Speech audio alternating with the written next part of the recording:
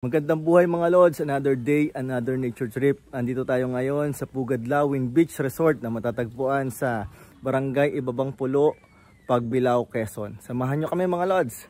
Let's go!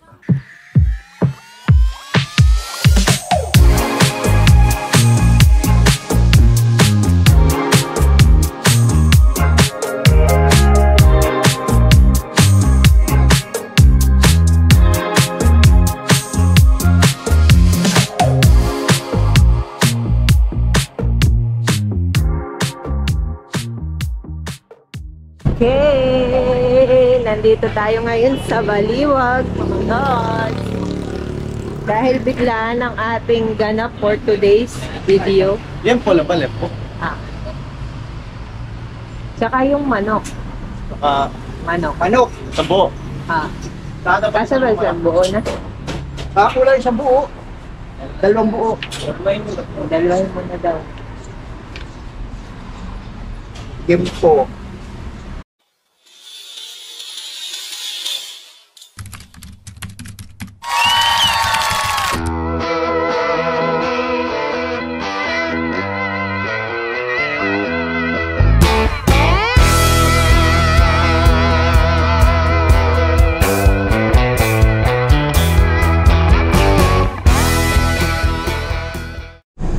Traffic tayo mga Lods. Traffic. So ayun, medyo natagalan lang tayo ngayon dahil nagtaas yung tubig ng dagat. Hindi tayo makadaan gawa ng pagdumaan kasi tayo yung tendency nung tilabsik nung tubig do sa ating sasakyan, baka mas mabilis makalawang yung ating mga bakal dito, mas makasira pa ng ating sasakyan. So kaya nag-iintay tayo ngayon dito. Ayun.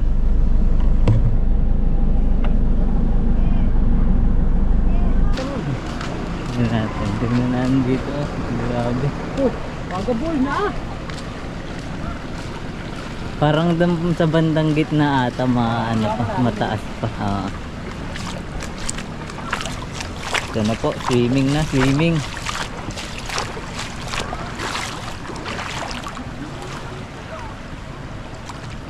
Ba't ganun? Parang ang agap naman ng no? Tumaas ang tubig. Hanggang July 15. Ay, ganun po talaga ang dito, tubig. Tapos balik po tayo ng July 22. 22. Mas malaki po yun, may 2.1. Ito po 1.9 lang. 1.9 lang, mas nataas pa pala Abot pa po yan doon sa may poste na yun. Pero palit na. Palit na ho, hanggang alas 2 ho yan. Kati na yan. Pangarwasin na lang pagdating ng Irsena. Pangarwasin na lang agad. Pero kaya na nga ito. Alat na yan. Hindi ho nakakaalam talagang totoo. Yung kapag itinaan mo sasakyan mo dito, para po yan sinubukan. Ay, oo nga, nga pala to. Sa pananak po, mainit, biglang lalamig. Nandun na siya sa loob. Kaya kahit anong karuwas, sa totoo lamang po, yung iba hindi nila. Tsaka pati kuya, talagang kung kaya mo lang maabala, tubig alat, mabilis makasira ng yan eh. Ito nga po, ito, barandilla. Gano'n katigas nga naman Pagkabakal ito kumpara sa bakal ganyan. One eternity later. Back to biyahe na ulit tayo mga Lods. Baka doon sa unahan pwede na tayong makadaan kasi nagsisimula na silang mag-angatan. Mga Lods, na traffic kami. Kaya let's go na! Let's go! Guide.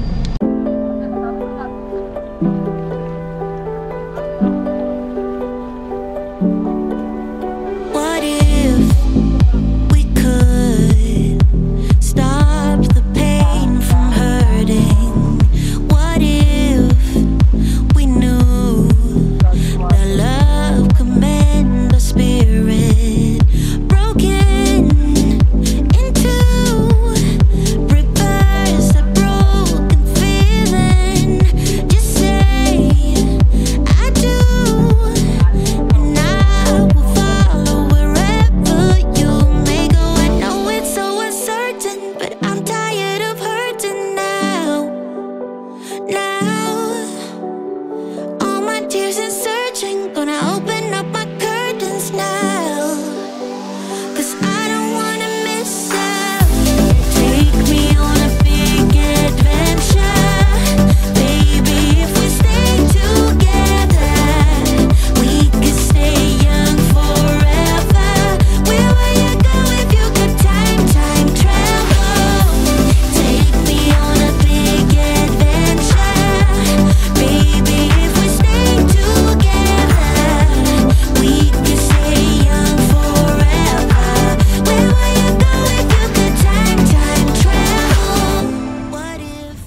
andito na kami sa parking lot ng papunta ng Pugadlawin. Maglalakad pa tayo ng 5 minutes, mga 5 minutes daw, papunta dun sa pinakang resort ng Pugadlawin. So let's go! Dito na tayo mga lods. Ito na yung papasok papuntang Pugadlawin Resort. So ito ay sa Ibabang Pulo. Tama nga ba? Pare? Ibabang Pulo, Pagbilao, Quezon. So let's go! Ito na ang daan yan. Malayo sa gulo, pero malapit sa Encanto. malapit sa Encanto. Yari na. Guys, malayo sa gulo, malapit sa Encanto tayo dito ah. Nasabi ko na yung kanina. Literal talagang pugad ng lawin ah.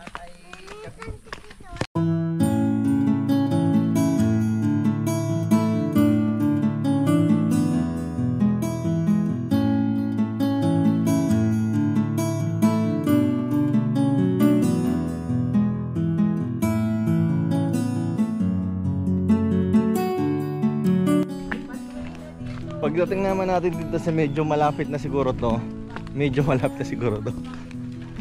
eh may pathway na. Kaso parang putol hanggang doon lang oh. Putol nga mga lods. Itong maganda na rito. Kita mo na to.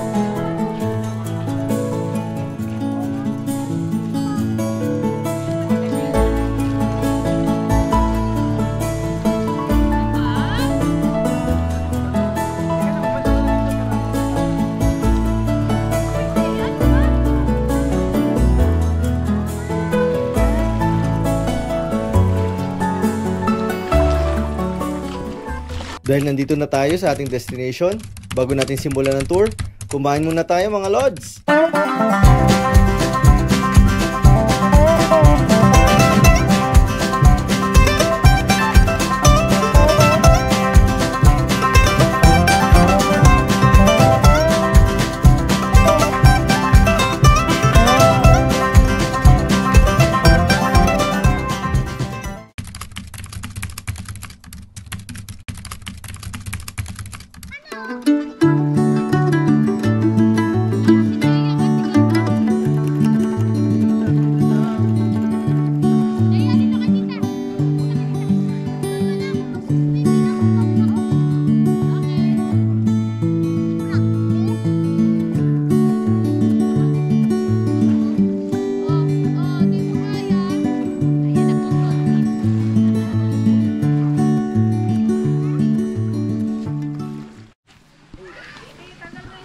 Ilahin niya lang po.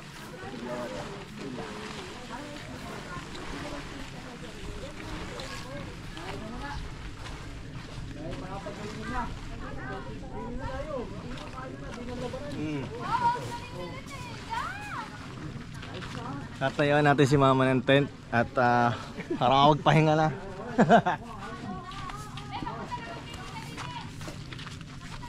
Kagandahan dito, pagbukas mo ng tent, oh, swabe ang view.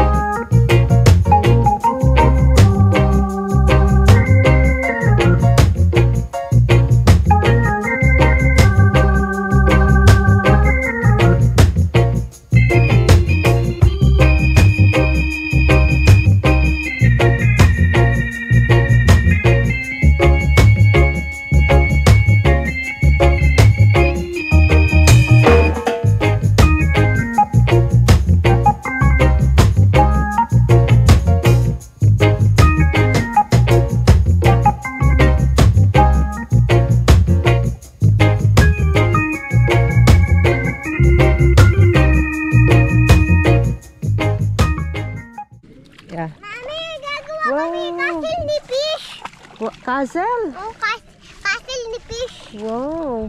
Show me nga. Matay ng fish. Where's the fish? Oh, go, tita. Yay! Andito ko. Mami, wala na yung, ano ko yung kati ko. Yon, good job. Oh, dali. Yay!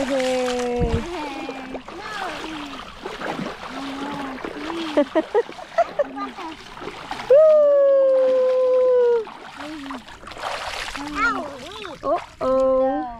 Okay. Wow. What are you doing? Doing a castle? Wait. Can you show me how? Look. What's that? It's a shell. Shell. Yes. Hanap ko dito.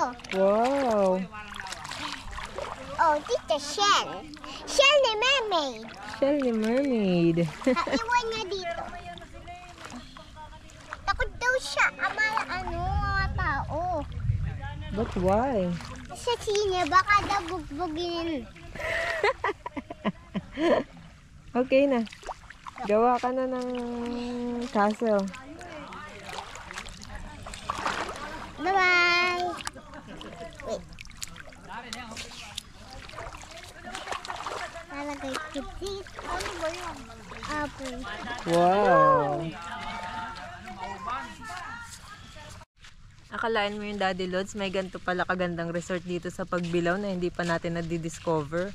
Oo nga, lapit-lapit lang sa atin tapos hindi pa natin alam. Buti na lang nag-explore tayo, Mami. Yes, iba talaga ang nagagawa ng pag-explore. Tama.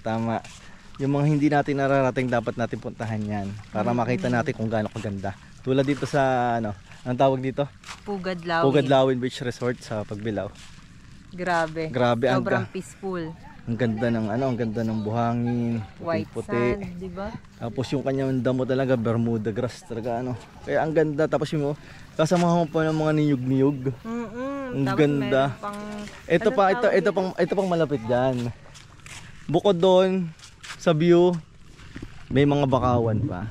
Yan. Mangroves ba yan tawag diba? diyan? Oo, mangroves. Oo. Diba? Ang ganda ng view. Grabe lang. Ang peaceful pati. Tsaka Sunday ngayon eh.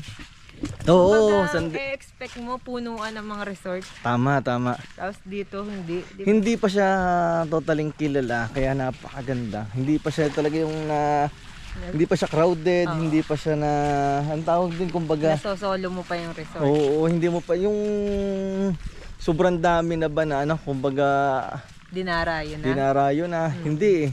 Kaya naaayos pa nila na yun ang na-maintain pa nila. Diba? Sobrang ganda nga dito. Hindi ko in-expect na ganito kasi Sunday ngayon, hindi ako masyado nag-expect. Oo. Na Pero hindi namin alam kung ito talagang kilalang na, pero sa amin hindi pa namin to nalalaman. Ngayon lang namin to nalaman. Diba karatig bayan lang natin, sobrang 15 minutes away sa atin. Oo, tama. Tapos hindi natin alam na may ganito pala. Tapos sana pang ano lang natin sa kanila, sa ating mga lods. Sana kapag nalaman niyo ito, punta kayo rito. Sana i-maintain natin, diba? yung kalinisan, yung kagandahan ng nature, ng dagat na ito. Huwag natin dumihan.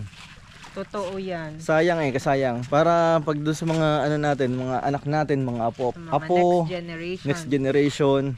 Makita nila yung ganito kaganda, di ba? Oo. Masulit din nila, kagaya natin na nasusulit natin. Tayo nga nakita natin to. Ipakita natin to din ito sa ating mga anak at magiging apo. Kaya yan. Thank you ulit sa pagsama mga Lods. Oo. Maraming salamat. Hanggang sa susunod na nature trip. Babu!